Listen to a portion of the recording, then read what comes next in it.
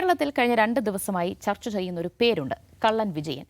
ദേശാഭിമാനിയുടെ കഴിഞ്ഞ വാരാന്ത്യ പതിപ്പിൽ VS അനുസ്മരണ ലേഖനമുണ്ടായിരുന്നു. അതേ വാരാന്ത്യ പതിപ്പിൽ തന്നെ കള്ളൻ വിജയൻ എന്ന തലക്കെട്ടോടുകൂടി ഒരു നാടക കലാകാരനെ കുറിച്ചുള്ള ഒരു ലേഖനമുണ്ടായിരുന്നു. പക്ഷേ ആ തലക്കെട്ടാണ് പ്രശ്നമായത്.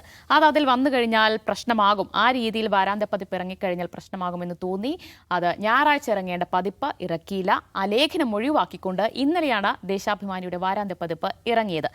ഇതിപ്പോൾ വലിയ വിവാദമായി ചർച്ചയായി. ദേശാഭിമാനിയുടെ റെസിഡന്റ് എഡിറ്റർ M. സ്വരാജ് പറഞ്ഞത്, ഞങ്ങൾക്ക് അങ്ങനെ ഒരു ലേഖനം ഉൾപ്പെടുത്താനേ പ്ലാൻ ഉണ്ടായിരുന്നില്ല. ചില സാങ്കേതിക കാരണങ്ങൾ കൊണ്ടാണ് ഞായറാഴ്ച അത് ഇറക്കാൻ കഴിയാതെ പോയത്. തിങ്കളാഴ്ച അത് ഇറക്കി എന്ന് അദ്ദേഹം വിശദീകരണം നൽകുന്നുണ്ട്. പക്ഷേ ഇന്നലെ തന്നെ ദേശാഭിമാനിയുടെ ഈ വാരാന്ത്യ പതിപ്പിന്റെ ചുമതലയുള്ള KR അജനിയിൽ നിന്ന് CPM വിശദീകരണം തേടി. വിശദീകരണം നൽകി. തലക്കെട്ടിൽ കാര്യമായ പ്രശ്നമുണ്ടായതായി തനിക്ക് തോന്നിയില്ല എന്ന വിശദീകരണം നൽകി. ആ വിശദീകരണം തൃപ്തികരമല്ലാത്തതിനെ തുടർന്ന് ഈ ചുമതലയിൽ നിന്ന് അദ്ദേഹത്തെ മാറ്റുകയും ചെയ്തിട്ടുണ്ട്. ആരാണ് കള്ളം പറയുന്നത്? എന്തിനാണ് ഇങ്ങനെയൊരു ഒളിമറ CPM ഈ ലേഖനവുമായി ബന്ധപ്പെട്ട് നടത്തുന്നത് എന്നതാണ് ചോദ്യം. എന്താണ് ദാവൂദ് സാറിന് തോന്നുന്നത്? ഈ കള്ളൻ വിജയൻ എന്ന പേര് വന്നു കഴിഞ്ഞാൽ വലിയ പ്രശ്നത്തിലാകുമെന്ന് CPM കരുതിയോ? CPM കരുതിയോന്ന് ചോദിച്ചാൽ അങ്ങനെ കരുതുന്നവർ ഉണ്ടാകുമെന്നുള്ള മനസ്സിലാണ്ട്. ഇപ്പോൾ ഇന്നലെ ദേശാഭിമാനിയുടെ റെസിഡന്റ് എഡിറ്ററാണ്, CPMൻ്റെ സ്റ്റേറ്റ് കമ്മിറ്റി സ്റ്റേറ്റ് സെക്രട്ടേറിയറ്റ് മെമ്പറാണ് സ്വരാജ്.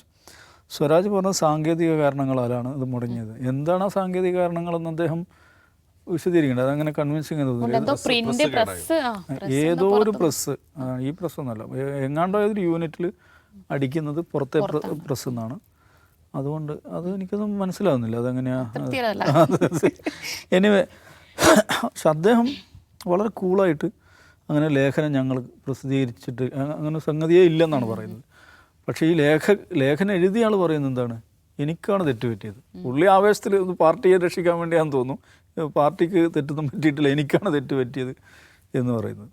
ഇന്ന് അയാൾ ആ ലേഖനം അങ്ങനെ തന്നെ ഫേസ്ബുക്കിൽ ഇടുകയും ചെയ്തിട്ടുണ്ട്. അപ്പോൾ ഇതെന്താ ഇതെന്നുള്ളതാണ്. ഇപ്പോൾ സ്വരാജിനെ പോലെ ഒരാൾക്ക് ഇത്രയും ഈ ഇസ്തിരിയിട്ട വാക്കുകളിൽ ഇതിങ്ങനെ ആത്മവിശ്വാസത്തോടു കൂടി പറയാൻ സാധിക്കുന്നതേ ആ പാർട്ടി അണികളെ കുറിച്ചിട്ടുള്ള വല്ലാത്തൊരു മതിപ്പാണത്. ഇപ്പം പാർട്ടി നേതൃത്വം ഒരു കാര്യം അങ്ങ് പറഞ്ഞാൽ അത് അങ്ങനെ തന്നെ ജനങ്ങളങ്ങ് വിശ്വസിച്ചു കൊള്ളും എന്ന മൂഢസ്വർഗത്തിൽ നിന്ന് ഇതുവരെയും ഈ തിരിച്ചടിക്ക് ശേഷവും പുറത്തിറങ്ങിയിട്ടില്ല എന്നുള്ളതാണ്. സെൻസർഷിപ്പ് ഇപ്പോൾ പാർട്ടി CPM ഭരിക്കുന്ന ഭരണകൂടങ്ങൾ ഉണ്ടായിരുന്നിടത്തുണ്ടായിരുന്ന സെൻസർഷിപ്പുകളെ കുറിച്ചിട്ടുള്ള കഥകൾ, അത് എന്താണ്, നമ്മൾക്ക് ചിരിച്ച് മണ്ണ് കപ്പിപ്പോകുമെന്ന് പറയുന്ന മറ്റുള്ള സെൻസർഷിപ്പുകൾ നിലനിന്ന രാജ്യങ്ങളാണ് കമ്മ്യൂണിസ്റ്റ് രാജ്യങ്ങൾ. പാർട്ടി മക്കൾക്ക് ഇടേണ്ട പേരുകൾ വരെ പാർട്ടി പ്രസിദ്ധീകരിച്ച അനുഭവമുണ്ട്. ഇപ്പം അൽബേനിയയിൽ പാർട്ടി അനുവദിച്ച പേരുകൾ മാത്രമേ ഇടാൻ പാടുണ്ടായിരുന്നുള്ളൂ. അപ്രൂവ്ഡ് നെയിംസിൻ്റെ അതിൻ്റെ ഒരു ഡയറി സർക്കാർ തന്നെ പുറത്തിറക്കും. അൻവർ ഹോജയുടെ ഭരണകൂടം തീരുമാനിക്കുകയാണ് എന്ന് മക്കൾക്ക് എന്ത് പേരാണ്. ഇങ്ങനെയൊക്കെയുള്ള ബഹുതമാശകൾ ഉണ്ടായിരുന്ന. അപ്പോൾ അത് ഈ പറയുന്ന കമ്മ്യൂണിസ്റ്റ് ഭരണകൂടങ്ങളുടെ കാലം അതിൻ്റെ ചെറിയ രൂപങ്ങൾ എല്ലായിടത്തും എല്ലാ കമ്മ്യൂണിസ്റ്റ് പാർട്ടികളുണ്ടാകും. അപ്പോൾ ഇവിടെ വീരാരാധന, ഇപ്പോൾ കമ്മ്യൂണിസ്റ്റ് വ്യക്തികളില്ല, പാർട്ടിയാണ് പ്രധാനം എന്നൊക്കെ പറയുമ്പോഴും വീരാരാധന, വ്യക്തി ആരാധന എന്ന് പറയുന്നത് അതിൻ്റെ പാരമ്യത്തിൽ നിലനിന്ന കമ്മ്യൂണിസ്റ്റ് പാർട്ടികളാണ്. ലെനിൻ മരിച്ചിട്ട് അദ്ദേഹത്തിൻ്റെ മൃതദേഹം പോലും അടക്കിയിട്ടില്ല, നമ്മൾ കാണണം. അത് എംബാം ചെയ്ത് ലേപനങ്ങൾ പുരട്ടി സൂക്ഷിക്കുകയാണ് ചെയ്തത്. ഒരു കൃത്യമായും ഒരു ദർഗയിലോ അല്ലെങ്കിൽ ഒരു മതസ്ഥാപനത്തിൽ പാലിക്കേണ്ട ചിട്ടവട്ടങ്ങളോടുകൂടി മാത്രമേ നമുക്ക് ലെനിൻ്റെ മൃതദേഹം പോയി കാണാനൊക്കെ പോയി. അതിൻ്റെതായ ഉപചാരങ്ങളും ആചാരം ലംഘിക്കാനേ പാടില്ല. അവിടെ ഒരു നിലക്കുള്ള ആചാര ലംഘനവും അവിടെ അനുവദിക്കില്ല. അങ്ങനെയൊക്കെയാണ് ഈ പരിപാടി. പക്ഷേ പാർട്ടിയാണ്, വ്യക്തികളില്ല, പാർട്ടിയാണ് പ്രധാനം എന്നൊക്കെ പറയും. പക്ഷേ ഇവിടെ ഒരാൾക്ക് ഇപ്പോൾ തെരഞ്ഞെടുപ്പിൽ പിണറായി വിജയൻ നയിച്ച തെരഞ്ഞെടുപ്പിൽ പരാജയം ഉണ്ടായിരിക്കുന്നു. പിണറായി വിജയനെതിരെ വലിയ തോതിലുള്ള വിമർശനം പാർട്ടിയുടെ ഫോറങ്ങളിൽ തന്നെ വന്നു, ഇവരുടെ ഈ റിവ്യൂയുടെ ഭാഗമായിട്ട്.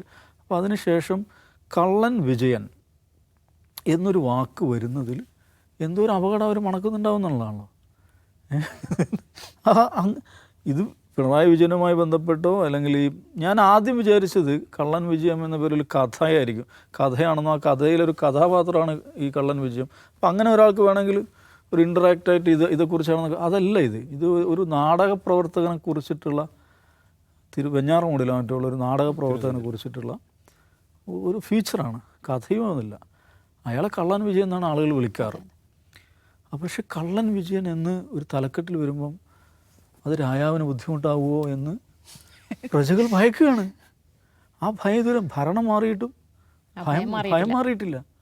ആ അവസ്ഥയിലാണ്. അപ്പോൾ അതിങ്ങനെ ഒരു കൂസലുമില്ലാതെ അതേക്കുറിച്ച് ഇങ്ങനെയൊക്കെ വിശദീകരിക്കാനുള്ളൊരു സ്വരാജിൻ്റെ ആത്മവിശ്വാസം ഉണ്ടല്ലോ, അതിനാണ് എൻ്റെ ബിഗ് സല്യൂട്ട്.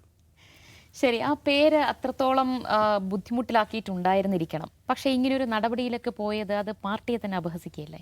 മോദി 2014 അധികാരത്തിൽ വന്നപ്പോൾ ഒരു ഓൺലൈൻ തമാശ ഉണ്ടായിരുന്നു. Who is the most stupid prime minister in the world എന്നൊരു ചോദ്യം ഇങ്ങനെ സർഫസ് ചെയ്യും.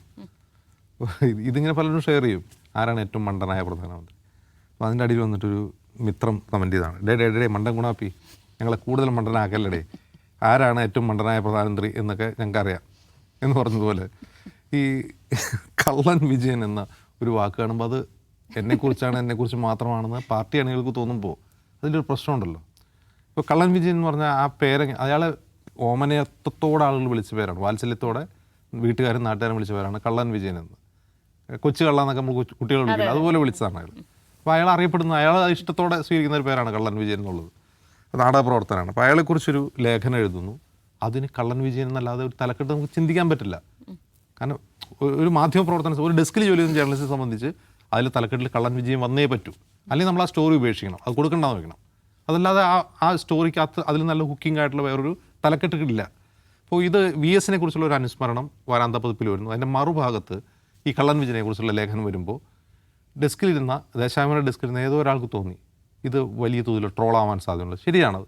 ചിലപ്പോൾ കുറച്ച് കോൺഗ്രസ് ട്രോളാക്കും, ഒരു വശത്ത് VS വെച്ച്. കാരണം VS പിണറായി ആ ഡ്യുവലിൻ്റെ കാലം ഓർമ്മിപ്പിച്ചുകൊണ്ട് ഇത് ട്രോൾ ചെയ്യുന്നുള്ള കാര്യത്തിൽ സംശയമില്ല. കോൺഗ്രസ്സുകാർ ട്രോൾ ചെയ്താലും ആ ട്രോളിനൊരു പരിധിയുണ്ട്. അതൊട്ടും പൊളിറ്റിക്കലായിട്ടുള്ള ട്രോളല്ല. അതിൻ്റെ കാരണം, ഒന്ന്, പിണറായി വിജയനെ കള്ളനാക്കാൻ ഈ ദേശാഭിമാനി ലേഖനം കൊണ്ട് കഴിയില്ല. ഇനി പിണറായി വിജയൻ ഒരു കള്ളനായ രാഷ്ട്രീയ പ്രവർത്തകനാണ്, അദ്ദേഹം വലിയ അഴിമതിക്കാരനാണ് എന്നൊരു പ്രതീതി സമൂഹത്തിലില്ല. പിണറായി വിജയൻ ധാർഷ്ട്യക്കാരനാണ്, ധിക്കാരിയാണ്, മോശമായി പെരുമാറുന്ന ആളാണ് എന്നൊക്കെ ആൾക്കാർക്ക് ഉണ്ടാവും. പക്ഷെ അദ്ദേഹം വലിയൊരു അഴിമതിക്കാരനാണെന്നുള്ളൊരു ഇമേജ് അദ്ദേഹത്തിനില്ല. അപ്പോൾ എന്തിനാണ് കോൺഗ്രസ്സുകാരോ അല്ലെങ്കിൽ കുറച്ച് മുസ്ലിം ലീഗുകാരോ ട്രോളാക്കും എന്ന് കരുതിക്കൊണ്ട് ആ ലേഖനം സപ്രസ് ചെയ്ത്? അവിടെയാണ് ഒന്നാമത്തെ പ്രശ്നം. അതിൻ്റെ ആവശ്യമില്ല. അവർ ട്രോളിക്കോട്ടെ എന്ന് വയ്ക്കണം. ആ ട്രോളിൻ്റെ പരമാവധി എത്രയാണ്? കണ്ടോ, ഒരു വശത്ത് VS പുകഴ്ത്തുന്നു ദേശാഭിമാനി, മറുവശത്ത് പിണറായിയെ കഴുത്തുന്നു. ആ പിണറായിയെ കുറിച്ചല്ല ലേഖനം, അതല്ലേ ട്രോളാനുള്ള സാധ്യതയുള്ളൂ. അതിലെന്തിനാണ് CPM ഭയക്കുന്നതെന്നാണ് എൻ്റെ ചോദ്യം, ഒന്നാമത്തേത്. രണ്ട്, ഈ പറയുന്ന KR അജയൻ എന്ന് പറഞ്ഞ എഡിറ്റർക്കും അതിൽ ചെറിയ പ്രശ്നമുണ്ട്.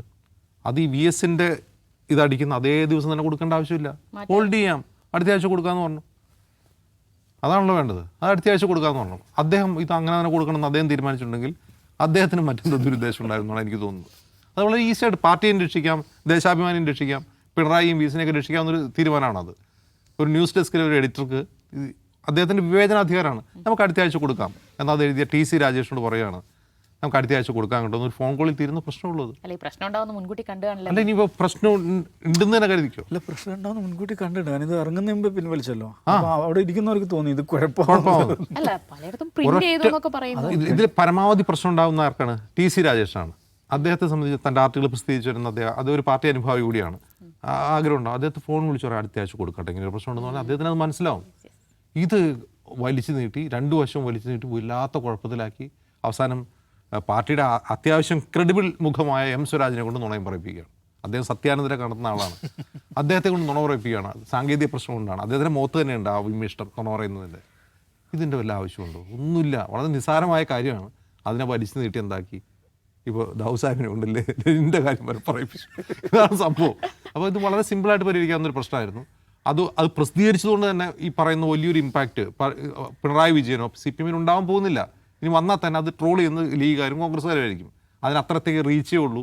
അതിനൊരു പൊളിറ്റിക്കൽ കണ്ടന്റ് പോലും ഇല്ല ആ ട്രോളിന്. അത് നമ്മൾ മനസ്സിലാക്കണം. എന്നിരിക്കെ വളരെ നിസ്സാരമായ ഒരു കാര്യത്തെ വലിച്ചു നീട്ടി കുഴപ്പമാക്കി അത് ചർച്ചയാക്കി. അതാണ് യഥാർത്ഥത്തിൽ സംഭവിച്ചത്. സത്യത്തിൽ ഈ ലേഖനം ഇതേപോലെ ഇറങ്ങിയിരുന്നെങ്കിൽ ഇത്രയധികം ചർച്ചയാവുകയായിരുന്നില്ല. പക്ഷേ അത് ഒഴിവാക്കുന്നു. പിന്നീട് മറ്റൊരു ദിവസം വാരാന്ത്യ പതിപ്പ് ഇറങ്ങുന്നു. ഇപ്പോൾ കള്ളൻ വിജയനാണ് ഇവരും ചർച്ച ചെയ്യുന്നത്.